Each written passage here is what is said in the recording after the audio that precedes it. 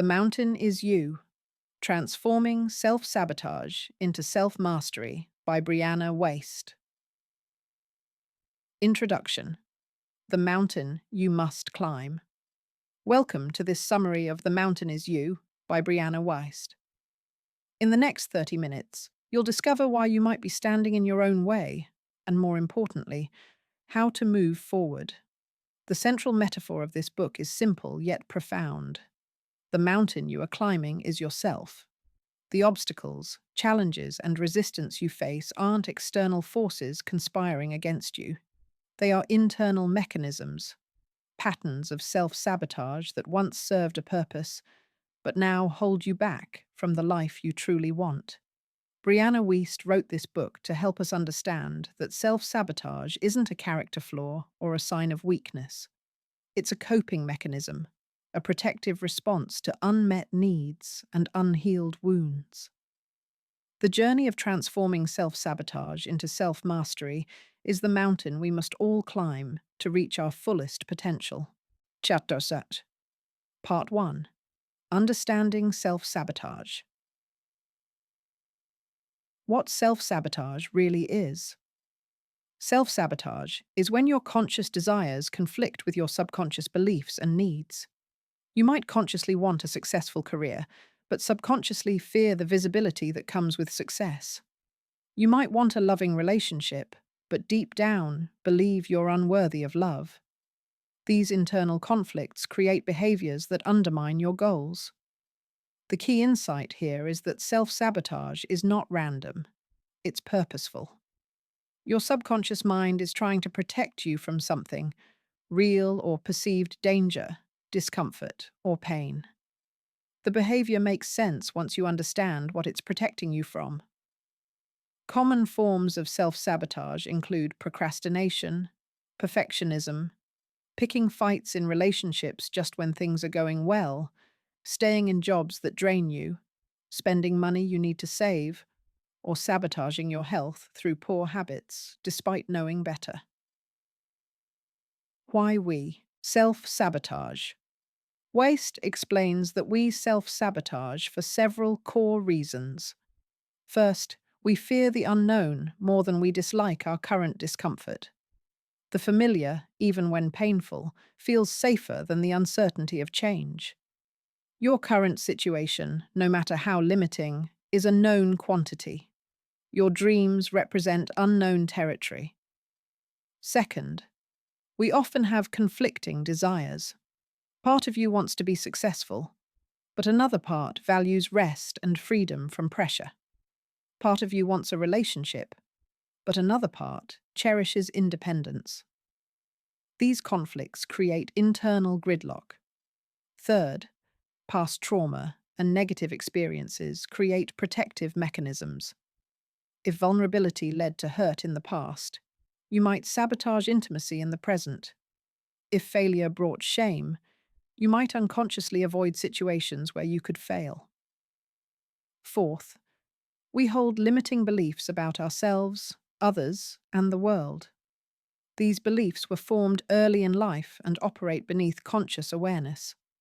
If you believe people like me don't succeed, or good things don't last, you'll unconsciously behave in ways that confirm these beliefs. Finally, we sometimes sabotage ourselves because we're pursuing goals that aren't truly ours. They're borrowed from family expectations, societal pressures, or an outdated version of who we thought we should be. When the goal isn't authentic, resistance is natural. The signs. You're self-sabotaging. Weist helps us identify self-sabotage through specific patterns. You might be self-sabotaging if you consistently resist what you know would be good for you. If you feel stuck despite having opportunities. If you create drama or problems when life is going well. If you have the same conflicts repeatedly in different relationships or situations. Other signs include talking yourself out of opportunities before trying, staying busy with unimportant tasks while avoiding important ones, or feeling that you're your own worst enemy. You might notice Yourself making decisions that feel good immediately but create problems later. Physical manifestations can include chronic stress, tension, fatigue, or stress-related health issues. Your body often knows you're working against yourself before your mind does. Part 2. The root causes. Meeting your unmet needs. One of Weist's most powerful insights is that self-sabotaging behaviors often attempt to meet legitimate needs in illegitimate ways. The behavior isn't the problem. It's an ineffective solution to a real need. For example, procrastination might be meeting your need for autonomy and control. By putting things off, you assert control over your time, even if it's ultimately harmful. Understanding this allows you to meet the need for autonomy in healthier ways, like setting better boundaries or choosing projects that genuinely interest you. Overeating might meet needs for comfort, soothing, or pleasure that are missing elsewhere in your life. Shopping might meet needs for novelty, excitement, or self-expression. Staying in bad relationships might meet needs for security, avoiding loneliness, or maintaining a familiar identity. The solution isn't to simply stop the behavior through willpower. It's to identify the underlying need and find better ways to meet it. Ask yourself, what is this behavior giving me? What would I lose if I stopped? What need would go unmet? Attachment to suffering. Weist introduces a difficult but important concept. We can become attached to our suffering. This doesn't mean we enjoy pain, but that pain becomes familiar, and familiarity feels safe. We develop an identity around our struggles, the person who's always stressed, always unlucky, always struggling. This attachment serves several functions. It can excuse us from taking risks or trying harder. It can elicit care and attention from others. It can feel like protection against disappointment. If you expect the worst, you can't be hurt by it. It can even feel like loyalty to a difficult past, as if moving forward means betraying where you came from. Breaking this attachment requires recognizing that you can honor your past while choosing a different future. You can acknowledge pain without centering your identity around it. You can develop compassion for what you've endured while refusing to let it define what's possible for you. The role of core beliefs. Weist explains that our core beliefs are like operating systems running in the background of our lives. They determine what we notice, how we interpret events, and what actions feel possible or impossible. These beliefs are formed early, often before we have the cognitive ability to question them. A child who experiences inconsistent care might develop the belief that people are unreliable. A child who is criticized might believe they're fundamentally flawed. A child who sees parents struggle financially might believe money is scarce and hard to obtain. These beliefs persist into adulthood, creating self-fulfilling prophecies. If you believe you're unlovable, you'll interpret neutral behaviors as rejection, push people away, or choose partners who confirm this belief. If you believe you're incompetent, you'll avoid challenges that could prove otherwise. Changing these beliefs requires first becoming aware of them. Notice patterns in your life. What stories do you tell about yourself? What outcomes do you consistently expect? What feels inevitable versus possible? Part 3. Beginning the climb. Shifting from resistance to acceptance. The first step in climbing your mountain is accepting where you are. Resistance to your current reality, denial, blame, victimhood, or wishful thinking, keeps you stuck. Acceptance doesn't mean approval or resignation. It means acknowledging what is true so you can work with it. Weist emphasizes that what you resist persists.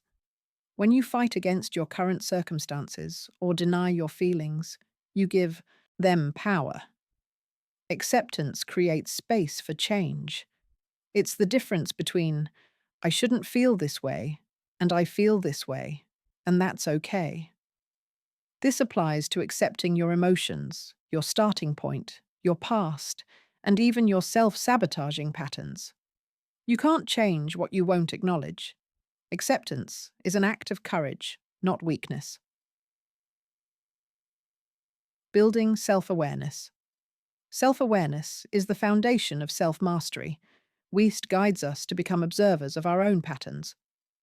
Notice when you self-sabotage. What triggers it? What are you feeling just before? What need might you be trying to meet? Keep track of your thoughts, especially the automatic negative ones. Notice your self-talk. Would you speak to a friend the way you speak to yourself? Notice your body's signals: tension, fatigue, excitement, dread. Your body often knows truth before your mind accepts it. Self-awareness also means understanding your values, not the values you think you should have, but what genuinely matters to you. Many people sabotage goals that align with someone else's values, but not their own. Reframing your narrative.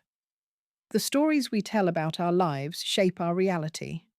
Wist encourages us to examine our narratives. Are you the victim of circumstances or the author of your life? Are your struggles meaningless suffering or meaningful challenges that develop your character? This isn't about toxic positivity or denying real difficulties. It's about recognizing that you have some choice in how you interpret events and who you become through them. Two people can experience the same hardship and tell completely different stories about what it means. You can acknowledge that something was difficult without making it your entire identity. You can recognize that you were hurt without permanently identifying as damaged. You can honor your struggles while also recognizing your strength in surviving them. Part 4. Doing the work.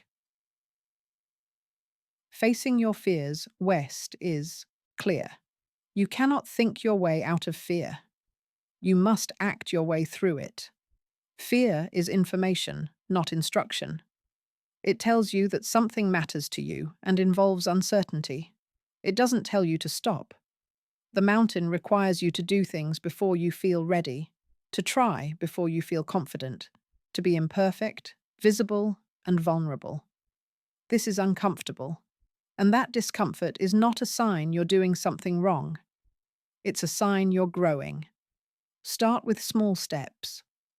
If public speaking terrifies you, speak up in a small meeting before giving a presentation.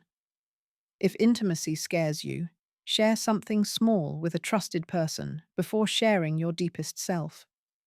Build evidence that you can handle discomfort. Developing new patterns. Self-sabotage is habitual, which means change requires building new habits. Wist explains that you can't simply stop a behavior, you must replace it with something else. Nature abhors a vacuum.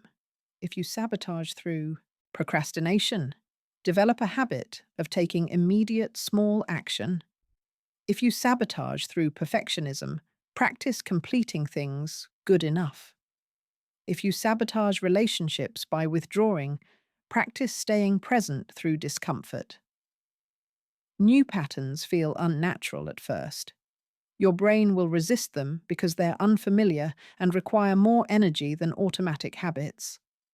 Expect this resistance. It's not a sign you're failing, it's a sign you're changing. Consistency matters more than intensity. Small daily actions create lasting change more effectively than occasional heroic efforts. Focus on what you can sustain. Processing emotions. Wist emphasizes that unprocessed emotions are at the root of much self-sabotage. We develop elaborate strategies to avoid feeling certain things: shame, grief, anger, fear. But emotions don't disappear when ignored. They go underground and run the show from there. Processing emotions means allowing yourself to feel them fully without judgment or analysis. Emotions are physical sensations with stories attached. When you feel an emotion in your body without believing every thought that accompanies it, it moves through you. This might mean crying when you're sad instead of staying busy, acknowledging anger instead of people-pleasing, sitting with anxiety instead of distracting yourself. The emotions you're most afraid to feel often lose their power when you simply allow them. Creating space for emotions through journaling, therapy, talking with trusted people, or simply sitting quietly is essential work. You're not being self-indulgent. You're doing the difficult work of healing. Part 5. Sustaining change. Building your life around your values. Weist guides us to build lives that align with our deepest values. When your daily actions reflect what truly matters to you, self-sabotage decreases dramatically. Resistance emerges when there's misalignment between how you're living and who you are. Identify your core values, not what sounds good or what you think you should value, but what actually energizes and fulfills you. Is it creativity, connection, growth, freedom, security, contribution, beauty, knowledge, adventure? Then audit your life. How much of your time and energy goes toward your values versus away from them? What needs to change? Sometimes small shifts create significant realignment. This might mean saying no to commitments that don't serve you, even if they're prestigious. It might mean pursuing work that's meaningful over work that's lucrative. It might mean prioritizing relationships that nourish you over those that drain you. Practicing self-compassion. Climbing your mountain requires tremendous self-compassion. You will backslide. You will make mistakes. You will fall into old patterns. This is part of the process, not a failure of the process. Weist emphasizes treating yourself as you would a beloved friend. When you stumble, respond with kindness and curiosity rather than shame and criticism. Ask, "What can I learn?" instead of, "What's wrong with me?" Shame never motivates lasting positive change. It only drives behavior deeper underground. Self-compassion doesn't mean lowering standards or avoiding accountability. It means acknowledging your humanity. It means recognizing that struggle is part of growth. It means understanding that you're doing your best with the awareness and resources you currently have. The voice in your head can be your greatest ally or your cruelest enemy. Cultivate it as an ally, firm but kind, honest but encouraging, challenging but supportive. Creating supportive environments. Your environment powerfully influences your ability to change. Weist encourages us to design our surroundings, relationships, and daily structures to support who we're becoming rather than who we've been. This might mean changing your physical space to support new habits. If you want to read more, create an inviting reading spot. If you want to eat healthier, reorganize your kitchen. Make the desired behavior easier and the sabotaging behavior harder. It also means examining your relationships. Are the people around you supportive of your growth, or do they have investments in you staying the same? Sometimes people in our lives unconsciously sabotage our changes because those changes threaten the dynamics they're comfortable with. You may need boundaries with people who undermine your progress. You may need to seek out new communities that share your values and support your growth. This isn't about abandoning people, but about protecting your transformation. Part 6. The View from the Summit. Becoming who you're meant to be. Weist explains that climbing your mountain isn't about becoming someone different. It's about becoming more fully yourself. It's about removing the barriers, fears, and false beliefs that obscure your true nature. You are not your self-sabotage. You are not your trauma. You are not your mistakes or your struggles. These are experiences you've had, patterns you've developed, but they are not the totality of who you are. As you do this work, you'll discover capacities you didn't know you had. You'll find that you're stronger, more resilient, and more capable than you believed. You'll access creativity, wisdom, and love that were always present but blocked by fear and old patterns. This isn't a one-time achievement. It's an ongoing practice. There will always be new mountains, new levels of growth, new edges to your comfort zone. The difference is that you'll have the tools and confidence to climb them. The gift of your mountain. Weist offers a final reframe. Your mountain is not an obstacle. It's an opportunity. The very thing that feels like it's blocking your path is actually the path. Your struggles contain the lessons you need. Your wounds point toward your purpose.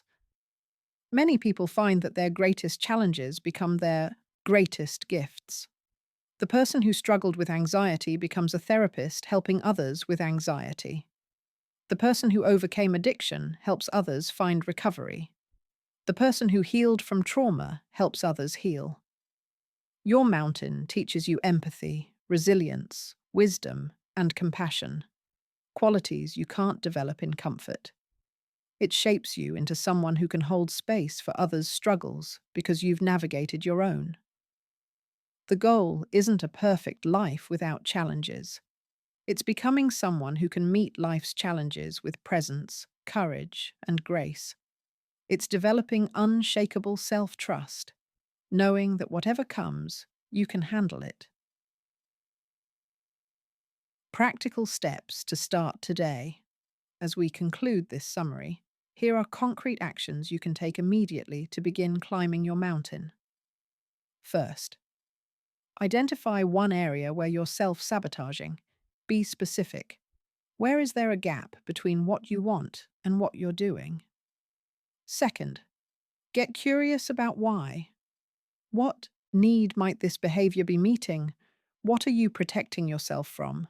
What would you have to face if you stopped? Third, practice acceptance. Accept where you are right now without judgment. Accept that this pattern developed for a reason. Accept that change is possible and will take time. Fourth, take one small action that aligns with who you want to become. Just one. Don't worry about tomorrow or next week. What's one small thing you can do today? Fifth, be gentle with yourself. Notice when you're being self-critical and soften that voice. Speak to yourself as someone you love. Sixth, find support. This work is difficult to do alone, whether it's a therapist, a trusted friend, a support group, or a community. Connect with people who support your growth. Finally, remember that this is a journey, not a destination. There's no finish line where you've arrived and the work is done. There's only the ongoing practice of showing up for yourself, climbing your mountains, and becoming more fully who you are. Closing thoughts. The mountain is you reminds us that the obstacles in our path are rarely external. We carry our mountains within us, our fears, our wounds, our limiting beliefs, our unmet needs. The journey of self-mastery is the journey of climbing these internal mountains. This work is not easy. If it were, everyone would do it.